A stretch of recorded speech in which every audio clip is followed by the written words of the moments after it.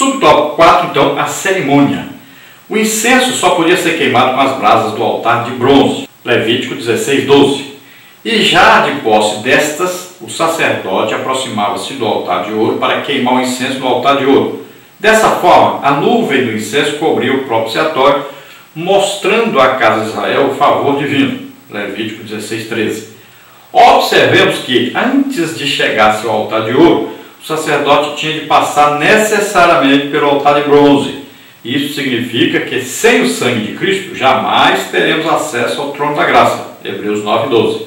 Então é muito importante você se lembrar disso. Olha, o sumo sacerdote, ele pegava um incensário, uma vasilhazinha desse tamanho, você pode ver na figura aí que nós estamos mostrando. Esse incensário, ele pegava então fogo do altar de bronze, ou seja, quando fala altar de bronze, é aquele altar de holocausto que nós já estudamos, lá fora, na parte que não era coberta do tabernáculo.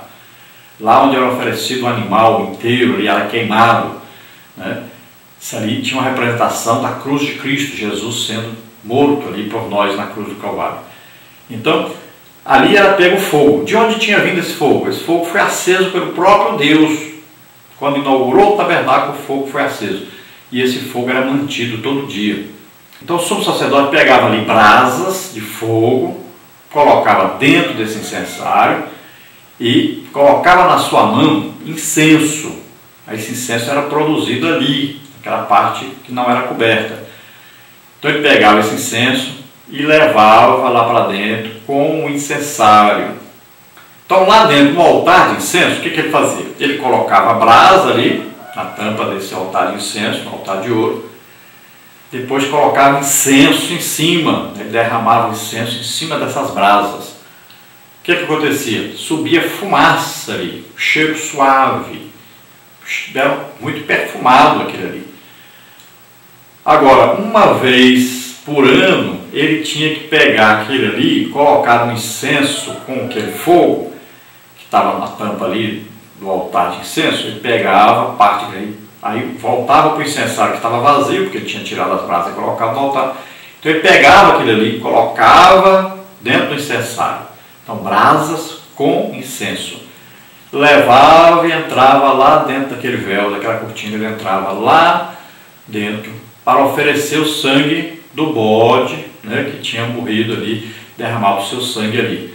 Então ele levava aquele sangue ali representando o sangue de todos, a vida, né, de todo o povo, de todo Israel.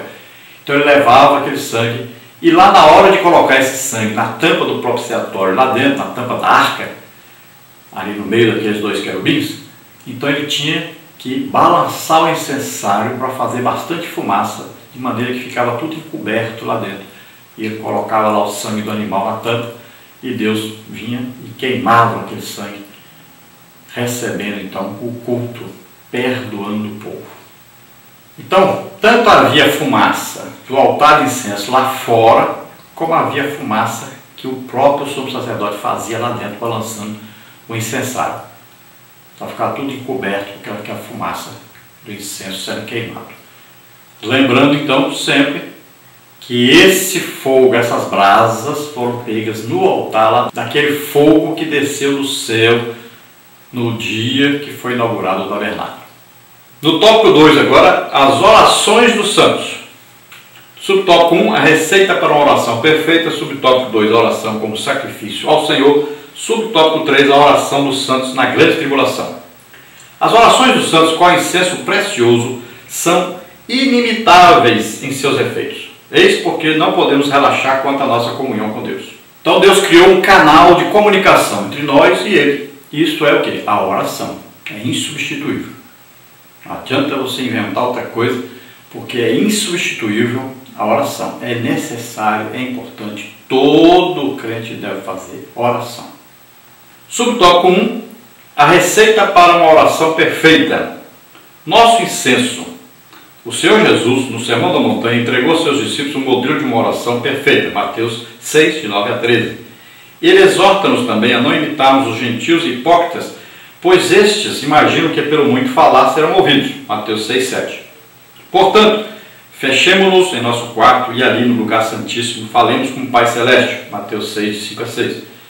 E dessa forma entraremos com ousadia e confiança no trono da graça, como está em Hebreus 4,16. Pode haver incenso mais excelente do que a oração dos santos? Além do mais, todas as nossas súplicas chegarão aos céus por intermédio do Espírito Santo que intercede por nós com gemidos inexprimíveis, como está em Romanos 8,26. Então veja só, oração. Aí o incenso tem esse simbolismo, oração. Agora, a oração, Jesus ensinou ali um modelo, ou seja, as normas, né, da oração. Então quando ele diz que o Pai está no céu, você deve orar sempre se lembrando, Deus está no céu. Você não está orando para um Deus terreno, você está orando para alguém na terra, você está orando a Deus que está no céu. Você, na oração, está desejando que o desejo de Deus seja satisfeito, a vontade de Deus. Então sempre quando você orar, você deve dizer, seja feita a tua vontade e não a minha, porque às vezes eu tenho vontade de alguma coisa que Deus não quer e sabe que é ruim para mim. Então sempre, se você mesmo pedir uma coisa para Deus, lembre-se de dizer isso, seja feita a tua vontade e não a minha. Se não é da tua vontade, não me dê. É interessante fazer isso. Jesus ensinou isso na oração. Também nós vamos desejar o quê? Que o reino de Deus venha sobre nós. Então, nós estamos o quê? Vivendo na terra, mas nós somos cidadãos do céu. Então é o reino de Deus que deve vigorar em nossa vida.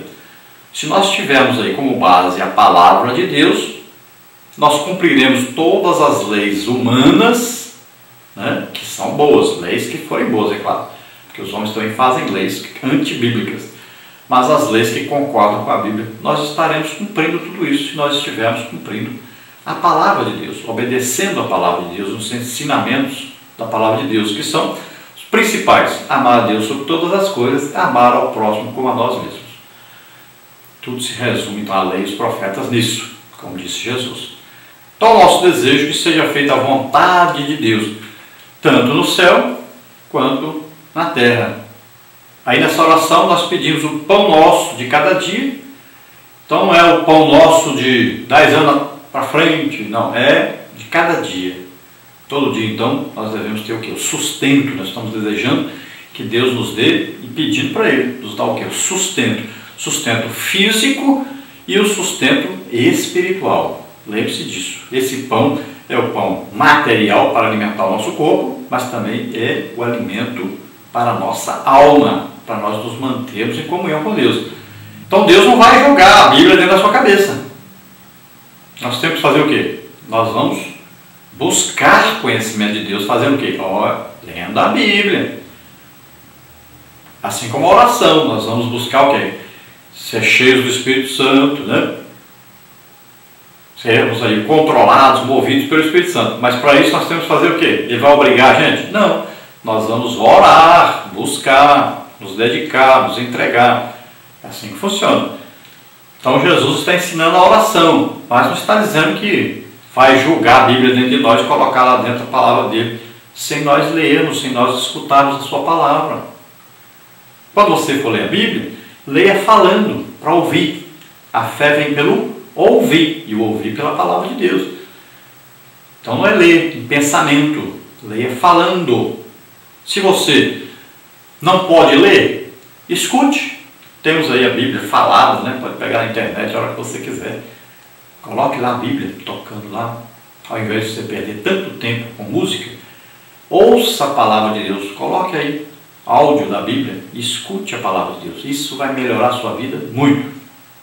Também na oração nós vamos fazer o quê? Perdoar quem nos ofendeu, né? Porque nós estamos pedindo perdão a Deus. E Ele diz que perdoa se nós perdoarmos. Se nós não perdoarmos as pessoas, como é que Deus vai perdoar nós? Também na oração você deve estar pedindo para Deus livrá-lo das tentações que você sabe que não consegue resistir. Então você vai analisar a sua vida. Em que tentações eu estou caindo aí? Não estou sendo firme. Então eu sou tentado, caio nessa coisa. Aí todo dia eu venho pedir perdão a Deus. Então, Deus me perdoa, mas me livra dessa tentação. Me ajuda, Senhor, porque eu estou caindo nessa tentação. Então veja, você vai olhar para você mesmo e vai se julgar. E vai olhar assim e falar, eita, tal coisa, né? Eu sou fraco nisso aqui, então o Senhor me livra dessa tentação, para mim não ficar caindo nessa tentação. Então a Bíblia ensina que nós devemos orar. Agora você vai fazer o quê? É aquilo que eu falei, não cai do céu e você pronto, mudou. Não, você vai se esforçar daqui para frente por lutar contra isso e vencer isso. Então as tentações virão. Ser tentado não é pecar. Agora pecar é o quê? É ceder à tentação. Então você vai lutar a partir de agora, orando todo dia, estando em comunhão com Deus, fortificando-se, né, espiritualmente, olha aí, edificando-vos a vós mesmos, né, a vossa santíssima fé, orando no Espírito, orando em línguas todo dia, você vai ficando mais forte para vencer as tentações e não ficar pecando mais, não é? Para repetir isso. Jesus nos ensinou a repetir, tanto é que no Evangelho de Mateus é de um jeito, no Evangelho de Lucas é com outras palavras. Então é para ficar repetindo o Pai Nosso. Antes de ensinar a oração, Jesus já disse, não useis de vãs repetições. Não fica repetindo todo dia, toda hora a mesma coisa para Deus, falando a mesma coisa. Está perdendo seu tempo. Então, Jesus disse, não faça como os gentios. Os gentios oram. Mas na verdade é o quê? É uma reza. E ele diz que eles pensam que por muito falarem serão ouvidos. Olha só. Então você, como filho de Deus, como crente, não pense que você, por muito ficar falando, é que vai ser ouvido. Mas a oração tem que ter qualidade. Por isso que nós ensinamos sobre a oração em línguas. Então você ora em português, né? Mas também você ora em línguas.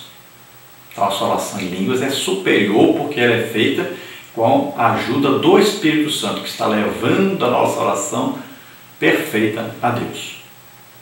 Então Jesus ensina essas regras de oração do Pai Nosso, e a Bíblia nos ensina através do apóstolo Paulo, lá em Romanos 8, que nós não sabemos orar como convém, mas o Espírito Santo intercede por nós com gemidos inexprimíveis. Então é uma oração que nós fazemos em línguas, e o Espírito Santo vai consertar e levar ao Pai essa oração perfeita. Então esta oração é a oração perfeita, é um incenso, né, colocado na presença de Deus. Deus recebe um cheiro suave e agradável. E Ele envia então a resposta à nossa oração. Subtópico 2, a oração como sacrifício ao Senhor. O salmista, conhecendo perfeitamente a simbologia do incenso sagrado, assim orou o Senhor. Supra a minha oração perante a tua face como incenso, e sejam levantadas as minhas mãos como sacrifício da tarde. Salmo 141, 2. Quando nos dedicamos integralmente ao Senhor, toda a nossa vida torna-se uma oferenda a Deus, como está em Efésios 5, 2, Filipenses 2, 17, 2 Timóteo 4, 6. Então olha só, esse incenso queimado representa Jesus, o sacrifício de Jesus. Veja que esse incenso era apresentado nesse dia de expiação ali à tarde e representava então esse sacrifício que Jesus apresentou a Deus por nós. E em Efésios 5, Paulo fala sobre isso, né, que Jesus ofertou essa oferta de cheiro suave ao Senhor. Paulo também, ele diz que a vida dele é apresentada a Deus como uma oferta de cheiro suave. Tá? Então, esse queimar significa o sofrimento, né, que a pessoa passa. Aqui Jesus então sofreu por nós, se entregou por nós, se ofereceu por nós, entrou lá no tabernáculo celeste, levando então o sacrifício por nós. Então veja só que o salmista diz que sejam as minhas orações como esse incenso queimado ao Senhor, de cheiro suave, apresentado ao Senhor como o sacrifício da tarde. E tem o significado espiritual que você pode entender. Qual o sacrifício feito à tarde? Jesus Cristo morrendo por nós na cruz, né? 3 horas da tarde, Jesus estava ali morrendo por nós na cruz, o sacrifício da tarde.